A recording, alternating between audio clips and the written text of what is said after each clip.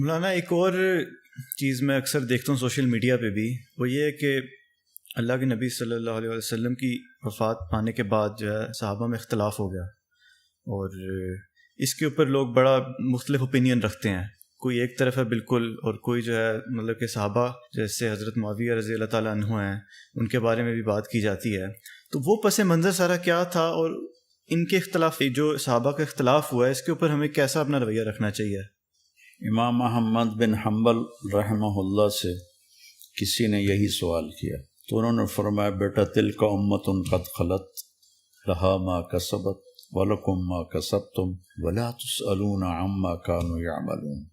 بیٹا وہ لوگ تھے جو گزر گئے، جو اچھا کیا ان کو ملے گا، جو برا کیا ان کے سر پہ پڑے گا، اور تم سے نہیں پوچھا جائے گا کہ وہ کیا کرتے تھے.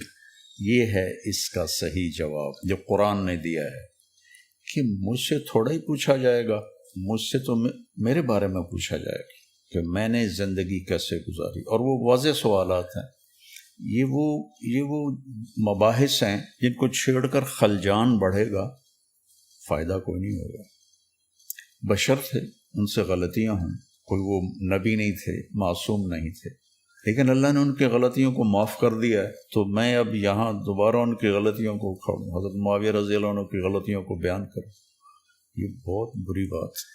تیسرا سوال اہم ہے، اور جو یہ چیزیں ہمیں بھی فیس کرنا پڑتی ہیں، اور یقیناً یہ جب سوال آیا تو ان کو بھی یقیناً یہ دشوار ہوئے ہوں گے کہ اہل سنت کے اندر جو ناسبی اور یزیدی ٹائپ لوگ گھسے ہوئے ہیں وہ اس کے اوپر بحث کرتے ہیں، اور تھوڑی ہی دیر کے بعد ایک ان کے زوم میں جو انہوں نے لکھا ہے کہ مضبوط آرگیومنٹ پیش کرتے ہیں کہ حسین علیہ السلام اور یزید کے مسئلے سے متعلق قیامت کے دن پوچھا ہی نہیں جائے گا تو اس پر بحث میں الجھنے کا کیا فائدہ ہے، اور اس پر سکوت ہی اختیار کرنا چاہیے. تو میرا سوال یہ ہے، آپ تو جواب دیں گے، کہ یہ پہلے گھنٹے میں یا پہلے 10-20 منٹ جو بحث ہوتی ہے تو اس میں سکوت کا خیال نہیں رکھنا چاہیے؟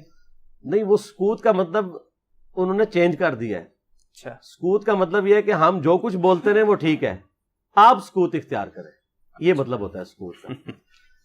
میں اس سوال کے اوپر نا 2 گھنٹے بول سکتا ہوں، لیکن کوشش کروں گا کہ میں مختصر سے وقت میں یہ کیڑا نکالوں. یہ موسٹ آسکڈ کوسچن ہے اس وقت، اور وہ بھی صرف اس لیے بنا ہے کہ میں نے کچے چٹے کھول دیے ہیں آل امیہ کے، بخاری اور مسلم کی روشنی میں. اب ان کو پڑ گئے ہیں ہاتھ پاؤں، تو اب یہ کہہ رہے ہیں سکوت اختیار کریں. جب آپ لوگ ناسبیت پھیلا رہے تھے، ناسبی کہتے ہیں جو سیدنا علی کے خلاف کھڑے ہونے والے لوگ ہیں، یزیدیت پھیلا رہے تھے، اس وقت آپ لوگوں کو کوئی شرم و حیا نہیں آئی ہے. اس وقت اگر آپ کو کہتے بھی تھے سکوت اختیار کریں تو آپ کہتے تھے نہیں جی نہیں، یہ بڑا ضروری ہے، یہ آج کل بدعت پھیلی ہے، ہم نے اس پہ بولنا ہے، یہ کرنا ہے. اب جب آپ کو آ کے کسی نے کنفرنٹ کرنا شروع کیا ہے، اور آپ کا پورا کچا چٹا کھول کے بخاری مسلم کی روشنی میں یہ ریسرچ پیپر لکھ دیا ہے، 200 احادیث میں نے اس میں جمع کی ہیں، اکثر بخاری مسلم سے، واقعہ کربلا کے پس منظر کے اوپر. یہ کربلا ایک دن میں نہیں ہوئی. اب ان کو پڑ گئے ہاتھ پاؤں، اور یہ کہہ رہے ہیں وہ جی ایسی باتیں نہیں کرنی چاہیے. پہلے میں تو الزامی جواب اس کا دیتا ہوں، الزامی جواب پھکی والا، اینٹی وینم لاجیکل آنسر اس لیے ضروری ہوتا ہے تاکہ دماغ میں ڈرل ہو، کوئی بات اندر داخل ہو.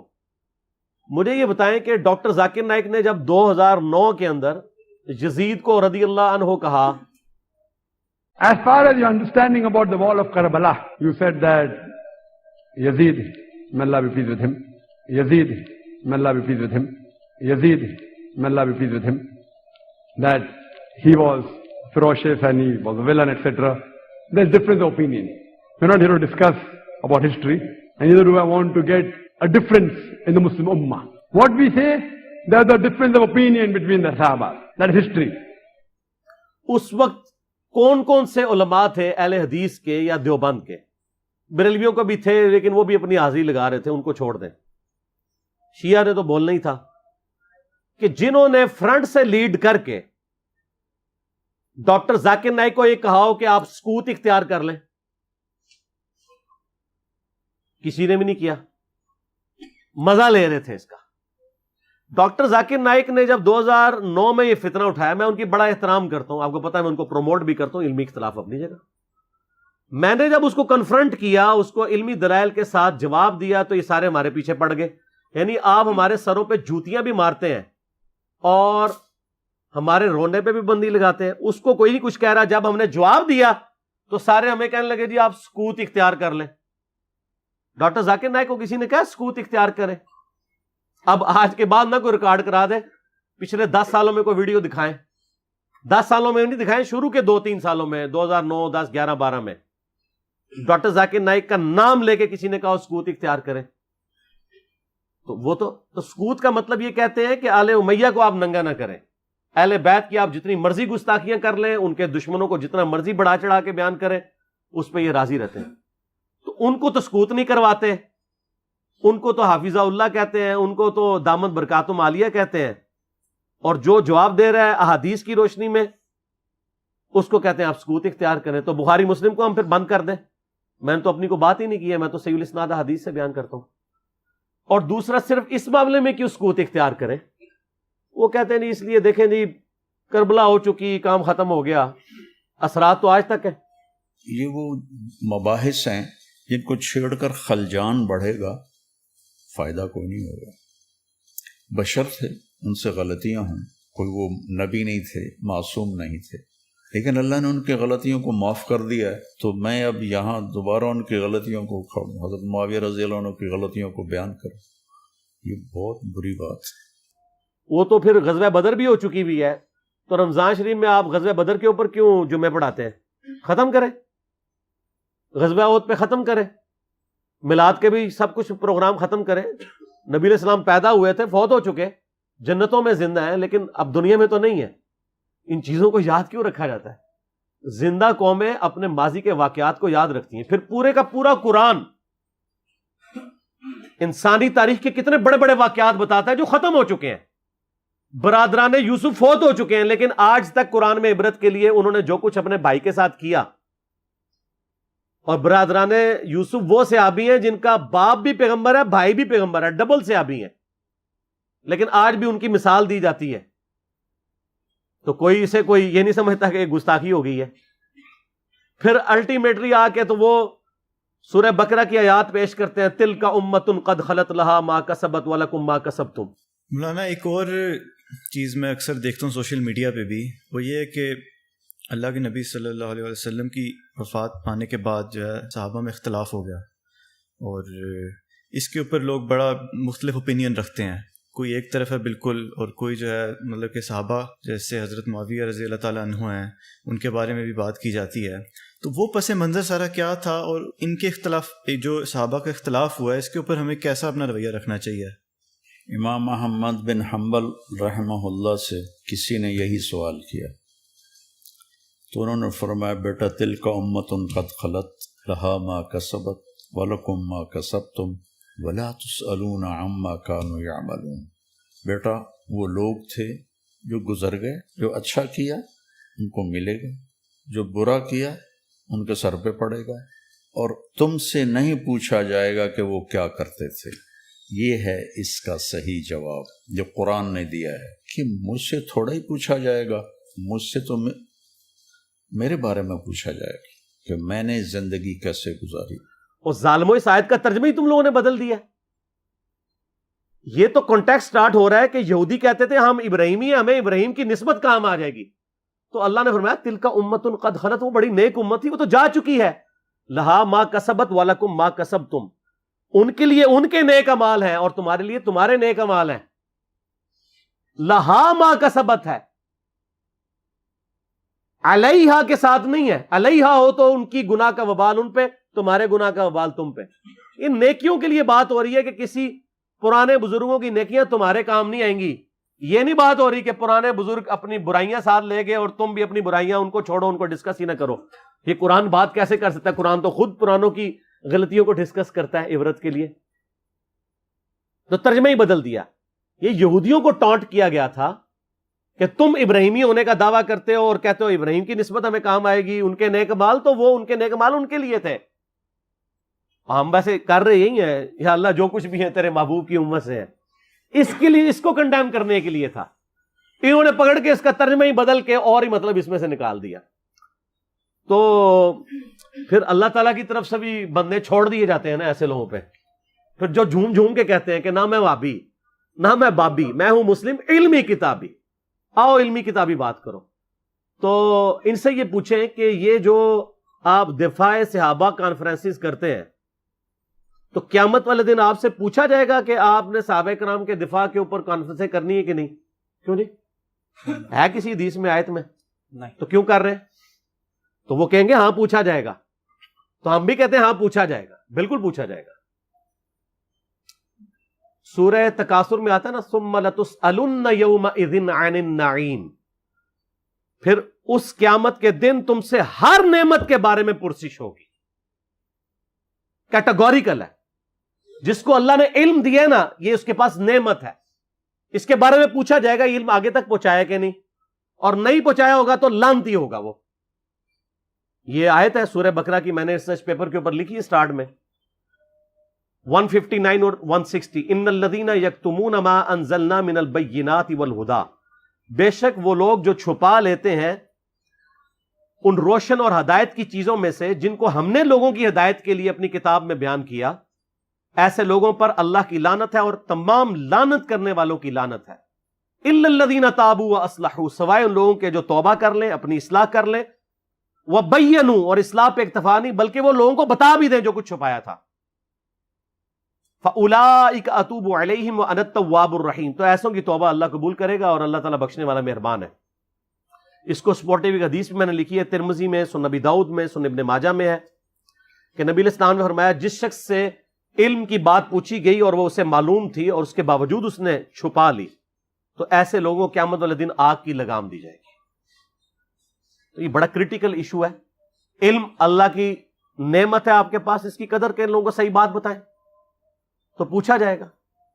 سورہ الاحزاب کی آیت نمبر 57 کیا ہے؟ آیت درود سے اگلی، ان الذین یؤذون اللہ ورسولہ لعنہم اللہ فی الدنیا والآخرہ واعد لہم عذابا مہینا، بے شک جو لوگ اللہ اور اس کے رسول کو تکلیف دیتے ہیں ان کی زندگی میں بھی اور زندگی کے بعد، موت کے بعد بھی ان پر اللہ کی لعنت ہے، اور اللہ تعالیٰ نے ان کے لیے ذلیل و خوار کر دینے والا عذاب تیار کر رکھا ہے. وَلِعَوْذُ بِاللَّهِ تَعَالَى اللَّهُمَّ أَجِرْنَا مِنَ النَّارِ. تو جو اللہ اور اس کے رسول کو اذیت دے رہے ہیں ان سے پوچھا نہیں جائے گا. تو یہ ایک ڈھکوسلا انہوں نے کیا ہوا ہے اپنی کمزوریوں پہ پردہ ڈالنے کے لیے. خود جو کچھ مناظرے کر رہے ہوتے ہیں اس کے بارے میں کیا پوچھا جائے گا؟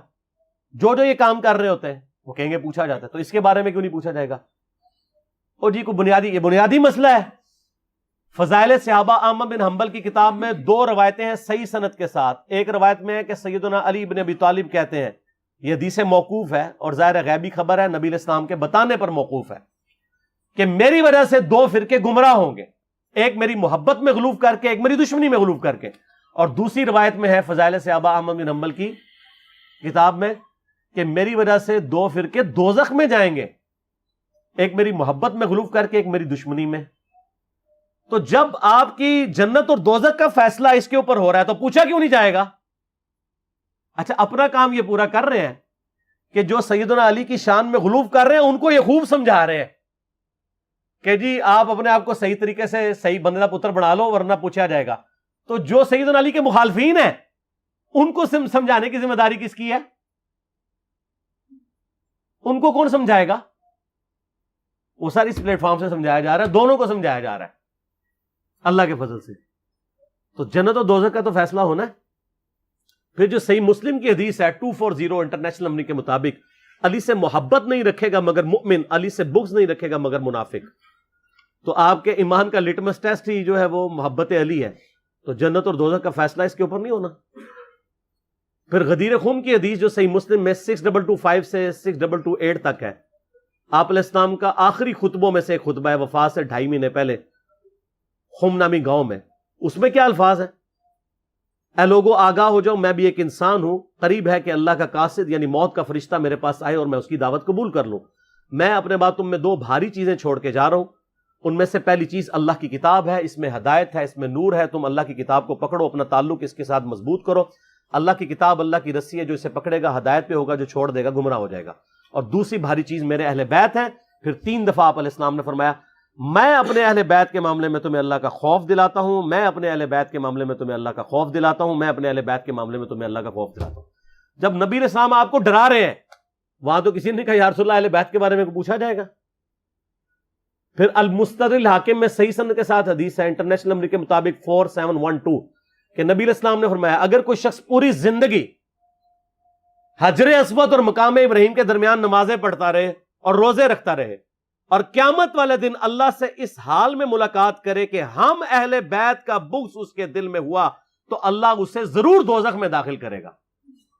اگر اہل بیت کا بغض نمازوں کے باوجود، اور عام نمازیں نہیں، حجر اسود اور مقام ابراہیم کے درمیان اور روزے رکھنے کے باوجود آپ کو دوزخ میں لے جا سکتا ہے، تو کیوں نہیں پوچھا جائے گا؟ ایک کہانیاں بند کرو.